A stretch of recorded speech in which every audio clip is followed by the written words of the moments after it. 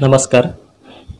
Doctor Vishwanath Deshmukh sir यांच्या संकल्पनेतून आणि यशवंत महाविद्यालय मराठी विभाग नांदेड व कल्पक विद्यार्थी समूह यांच्या संयुक्त विद्यमाने कोरोना काळाला कृतिशील प्रतिसाद या अंतर्गत कोरोना काळातील कविता वाचन हा गेली कोरोनाचा काळ जसा संकट बनून आलेला आहे त्या काळापासून हा चालू आहे उपक्रम. यामध्ये एकूण 50 एपिसोड होते आणि त्यापैकी 52 कवींनी आपल्या कविता सादर केल्या होत्या. ह्या कविता म्हणजे फक्त कविता वाचनापुरत्या नव्हत्या, तर जसं आपण पाहताय की या संकटावर प्रत्येकजण आपापल्या परीनं संकट निवारण्यासाठी प्रयत्न करतोय. डॉक्टर असतील, सफाई कर्मचारी असतील, आपले जवान असतील वा इतर कोणीही आपल्यासारखे सामान्य लोक या संकटावर मात करण्यासाठी आपापल्या परीनं प्रयत्न करत आहेत. पण या काळामध्ये शैक्षणिक संस्था बंद आहेत. पण जरी शैक्षणिक संस्था बंद असतील तरी शिक्षण चालू आहे आणि शिक्षणाद्वारे या काळावर मात करण्यासाठी म्हणून हा उपक्रम राबवला गेला. डिजिटल प्लॅटफॉर्मद्वारे या संकटावर मात करण्यासाठी हा उपाययोजना म्हणून हा कोरोना काळाला कृतिशील प्रतिसाद हा उपक्रम.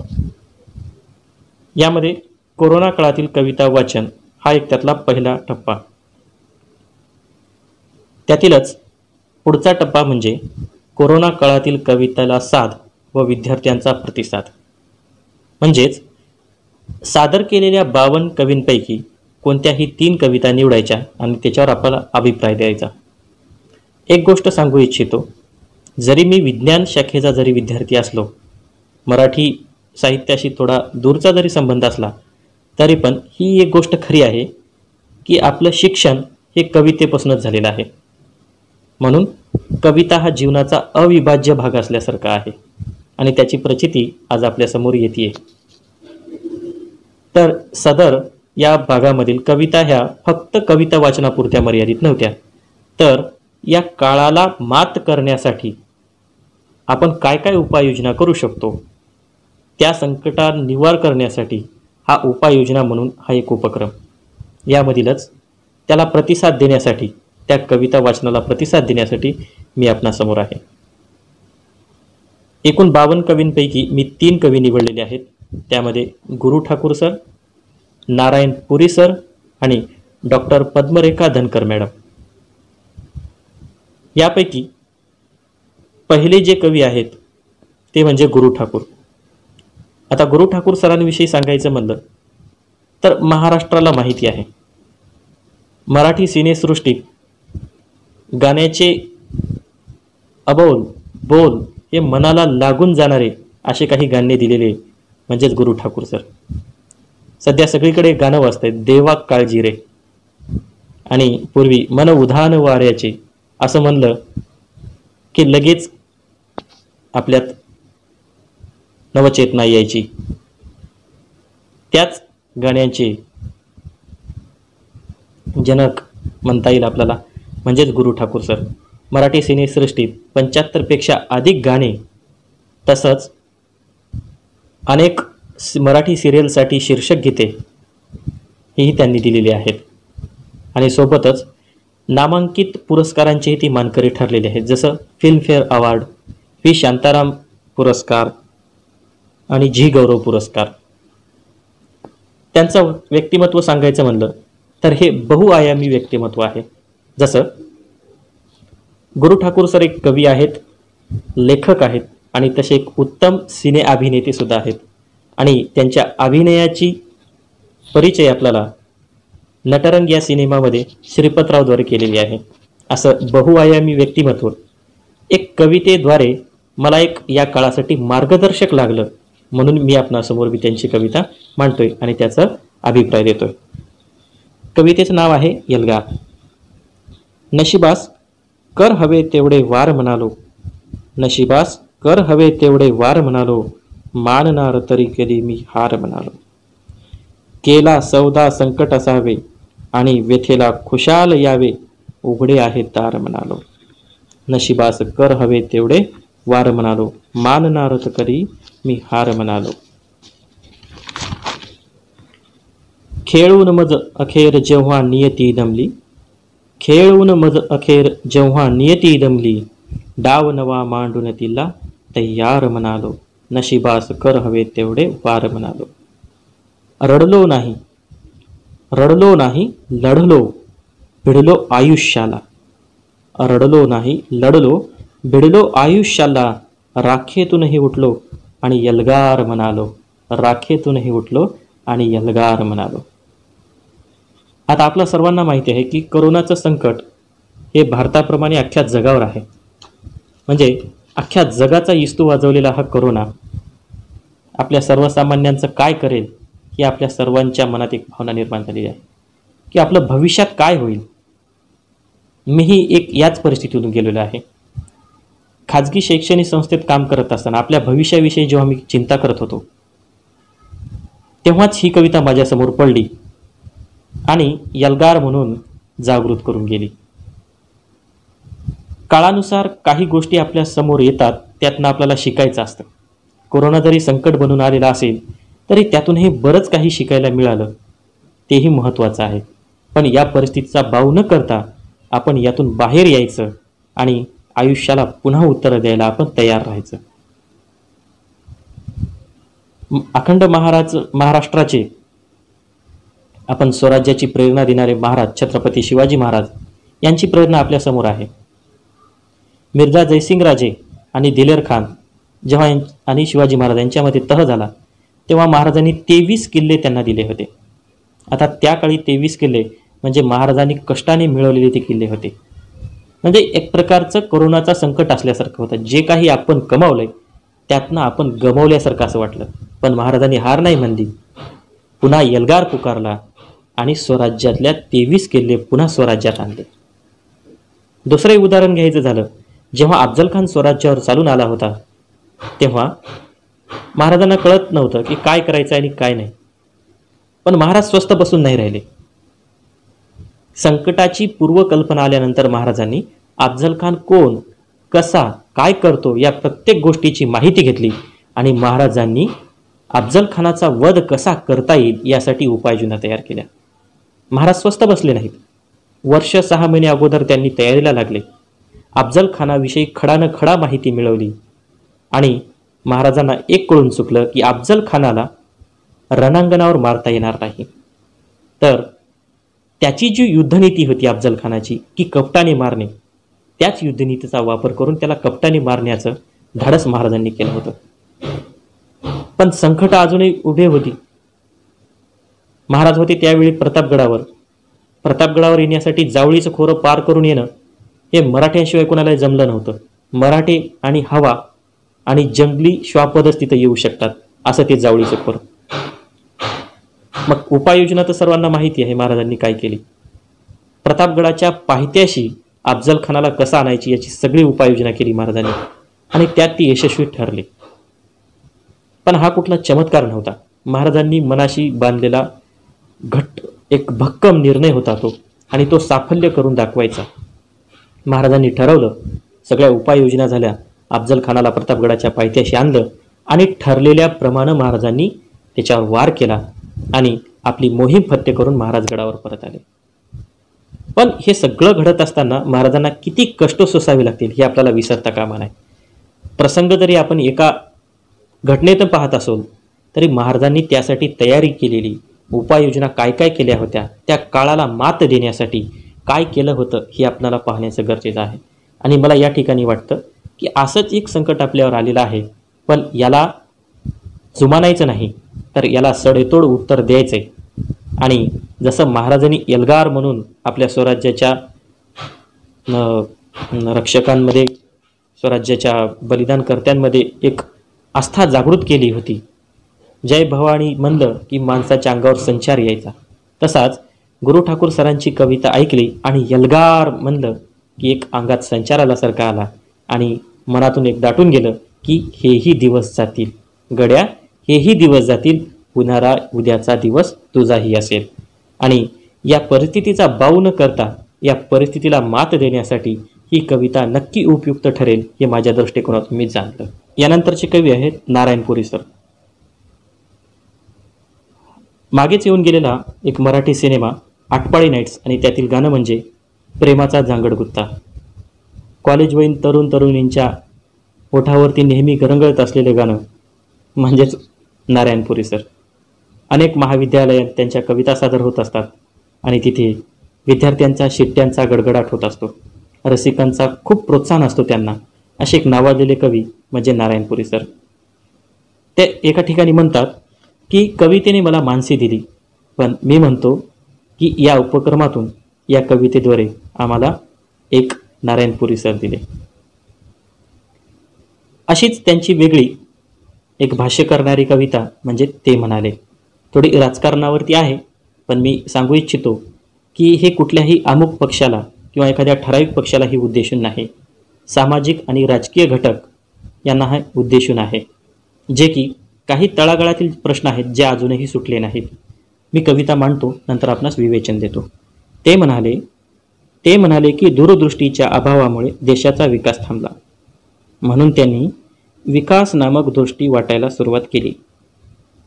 ते म्हणाले की दूरदृष्टीच्या अभावामुळे देशाचा विकास थांबला, म्हणून त्यांनी विकास नामक दृष्टी वाटायला सुरुवात केली. दृष्टी सुधारावी म्हणून अच्छे दिन नावाची गाजर दाखवली. ते म्हणाले की गाजरात अजीवनसत्व मुबलक प्रमाणात असल्यामुळे दृष्टीस फायद्याचे असतात. ते म्हणाले की गाजरात अजीवनसत्व मुबलक प्रमाणात असल्यामुळे दृष्टीस फायद्याचे असतात. आम्ही त्यांच्या शाब्दिक गाजरावर फिदा झालो आणि त्यांनी दाखवलेली नसलेली गाजरं चघळत चघळत विकास पाहायला लागलो. ते परत म्हणाले ज्यांची दृष्टी निकोप आहे त्यांनाच फक्त विकास दिसेल. ज्यांना दृष्टीदोष असेल त्यांनी गाजरं खावी. ज्यांची दृष्टी निकोप आहे त्यांनाच फक्त विकास दिसेल. ज्यांना दृष्टीदोष असेल त्यांनी गाजरं खावी. राजकारणातून काही विकासच झाला नाही असं मी म्हणणार नाही, विकासही झाला आहे.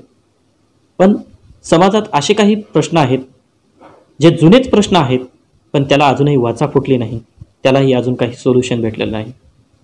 नुकतंच आपल्यासमोर आलेलं एक उदाहरण म्हणजे स्थलांतर. मागे याच उपक्रमाअंतर्गत चाललेला प्रेरणेचा प्रवास यामध्ये हिरंब कुलकर्णी सर यांनी या गोष्टीवर प्रकाश टाकला होता.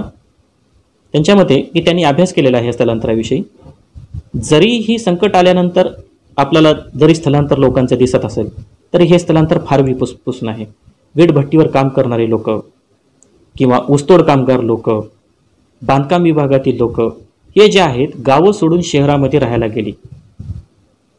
उपासमारी किंवा पोट भरण्यासाठी तिथे गेल्यानंतर त्यांना काय काय कष्ट सहन करावं लागतात, त्यांना कोणाकोणी अडचणीतून जावं लागतं हे अजूनही आपल्याला कल्पना नाही.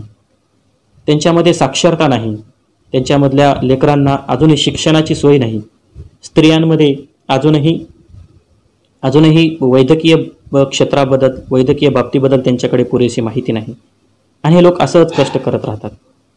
कोरोनाचं संकट आल्यानंतर, पहिल्या लॉकडाऊन उठल्यानंतर काळाचा प्रसंग पाहत असता लोक आपापल्या गावाकडे निघाली. कुठल्याही प्रवासाची सुविधा नाही, लोक पायी निघाले. अक्षरशः काही लोक तर मृत्युमुखी पडले, काही कुपोषणानं वारले, अन्न नाही भेटलं म्हणून वारले. तर हा जो घटक आहे समाजाचा, तो शासकीय सेवेत किंवा शासकीय सेवेपासून, राजकीय किंवा सामाजिक सेवेपासून हा नेहमी दूर राहिलेला आहे किंवा याला कुठल्याही मदतीची अपेक्षा असली तरी त्यांना मिळाली नाही. लाखोच्या संख्येमध्ये होणारं स्थलांतर हे आज जरी दिसत असलं तरी ते प्रत्येक भागातून 6 महिन्याला किंवा वार्षिक हे जसं काम भेटेल त्यानुसार हे स्थलांतर होत असतं आणि समाजाच्या चक्रातून किंवा समाजाच्या एखाद्या सुविधांपासून हे नेहमी घटक वंचित राहिलेला आहे. मला वाटतं की ही जी कविता आहे ही यांच्यासाठी थोडी लागू होईल. यांना गाजरं दिसली, खाता आली नाहीत किंवा त्यांच्यापर्यंत पोहोचली नाही आणि त्यांना अजीवनसत्व भेटलं नाही आणि दृष्टी नसल्यामुळं त्यांना कधी बोलता आलं नाही. या घटकाचा एखादा नेता नाही असेल तरही तो तात्पुरता किंवा त्याच्यापुरता मर्यादित, म्हणून हा समाज नेहमी या सुविधापासून तो वंचित राहिलेला आहे. मग आपल्याला आठवतं की अच्छे दिन नेमके कोणासाठी? हा जो घटक आहे तो तिथल्या तिथेच आहे. मग अच्छे दिन नावाची गाजर कुणासाठी नेमकी? असे अनेक प्रश्न आहेत जिथं अजून एखादी राजकीय किंवा सामाजिक घटना तिथपर्यंत पोहोचली नाही या कवितेद्वारे मला असं सांगावं वाटतं की हे जे प्रश्न आहेत हे प्रश्न सोडवण्यासाठी आजच्या दिनाची गाजर त्यांच्यापर्यंत जाण्यासाठी समाजाने व राजकीय घटकाने आपण नेहमी त्यांच्याविषयी प्रयत्नशील असलं पाहिजे. यानंतरच्या कवयित्री आहेत डॉक्टर पद्मरेखा धनकर. सरदार वल्लभभाई पटेल महाविद्यालय चंद्रपूर मराठी विभाग येथे कार्यरत असलेल्या मॅडमची जी कविता सादर केली आहे त्यांनी ती एक विद्यार्थी तरुण यांना डोळ्यासमोर ठेवून केलेली आहे. बदलत्या परिस्थितीला जाणूनही त्यांनी कविता सादर केलेली आहे. मला ही मनातनं कविता आवडलेली आहे. कविता अशी आहे, माझ्या फुलपाखरांनो. मुलगा काढतोय चित्र, झाडांना हिरवा, सूर्याला केसर, आकाशाला निळा रंग. भरू ना ग मम्मी मी स्तब्ध, भयशंकेत कसं सांगू, रंगारंगाचे संदर्भ बदलेत साफ. आपण पाहताय आपला समाज दिवसेंदिवस बदलत चाललेला आहे. आपण समाजामध्ये विभागणी केल्यासारखी करतोय. कधी रंगावरून, कधी झेंड्यांवरून, कधी महामानवावरून आज समाज आपण विभागणी करत चाललेलो आहे. आणि एक भयंकर चित्र आहे, कारण भारतभूमी ही विविधतेने नटलेली आहे आणि विविधतेत एकता म्हणजे भारत आहे. पण या भारतभूमीत जेव्हा आपण रंगांमध्ये, झेंड्यांमध्ये आणि महामानवांमध्ये जेव्हा भेदभाव करायला लागतो तेव्हा या भारताचं एकत्व टिकेल का नाही याच्यावर शंका निर्माण होतात. म्हणून ही भीती निर्माण झाली म्हणून कवयित्री आपल्या कवितेतून ही भीती सादर करतायत आणि तरुणांना किंवा विद्यार्थ्यांना सजग करतायत की रंगांचे हे वेगळेपण बाळगू नका. समाजात फूट पडेल, समाजाची विभागणी होईल असं तुम्ही करू नका. जरी विवेचन किंवा इथे कल्पना साध्या रंगाच्या घेतलेल्या असतील तरी त्याचा अर्थ फार मोठा होत असतो. पुढं कवयित्री म्हणतात, मुलगा खेळतोय रंग, लाल, हिरवा, केसर, निळा. रंगांच्या पुढात ठेवले आहेत. कुठल्या रंगाने खेळू सांग ना ग मम्मी. मी थरथरते, धडधडते, कुठला रंग द्यावा हाती. जरी कल्पना रंगपंचमीची केलेली असेल तरी पण कोण्या व्यक्तीला कोणता रंग द्यावा, अमुक या व्यक्तीला हा कलर, अमुक या व्यक्तीला तो रंग लावताना आपल्याला आपण दिसतोय. पण हे भयंकर चित्र आहे. यातून समाजामध्ये विकृती निर्माण होते आणि या विकृतीतून समाज विभागणी होऊन देशाचं एकमत्व टिकणार नाही ही शंका येते. तेव्हा ह्या कवयित्री आपल्याला देशाचं एकमत्व टिकवण्यासाठी तरुणांना आणि विद्यार्थ्यांना प्रोत्साहन करतात. पुढे कवयित्री म्हणतात, मुलगा बेधुंद खेळतोय, सर्वच रंग उधळतोय, अपरंपार साऱ्याच रंगात काढतोय माखून. कॉलनीतील समीर, रॉजर, बशीर, परमिंदर सारेच साऱ्या रंगात धुंद माखून, संदर्भ तोडून होत आहेत गडद, कोण कुठला कळत नाही. रंग माखून झाल्यावर कोण कोण्या जातीचा, कोण कोण्या पातीचा, कोण कुठल्या धर्माचा ओळखू येत नाही. मग रंग नसण्याच्या अगोदर हा भेदभाव का? हा भेदभाव राहिला नाही पाहिजे. देशाचं एक महत्त्व हे नेहमी टिकलं पाहिजे. अशी आशा कवयित्री या कवितेतून करतायत. मला वाटतं की आपणही त्यातूनच जातोय. आपला मित्रपरिवार, आपला शेजारी पाजारी यांना विभागणी न करता आपण एकत्र राहिलं पाहिजे आणि या देशाचं सार्वभौमत्व टिकवलं पाहिजे. ही त्यांची जी माफक अपेक्षा आहे ते आपण पूर्ण करू शकतो आणि आपण त्याला हातभार लावू शकतो. म्हणून ही कविता मला माझ्या नजरेतून योग्य वाटली आणि चांगली वाटली, म्हणून मी या कवितेची निवड केली. विद्यार्थी मित्रो, हा कवितांचा प्रवास फक्त कविता वाचनापुरता नव्हता, तर यातून एक प्रेरणेचा प्रवास घेऊन काळाला मात देण्यासाठी हा प्रवास होता. तर कविता हा कवितेपुरत्या मर्यादित नाही, त्यातून उत्पन्न होणाऱ्या भावना, त्यातून होणारे आपले विचार हे प्रकट करतात आणि हे एक चांगलं माध्यम आहे असं मी समजतो.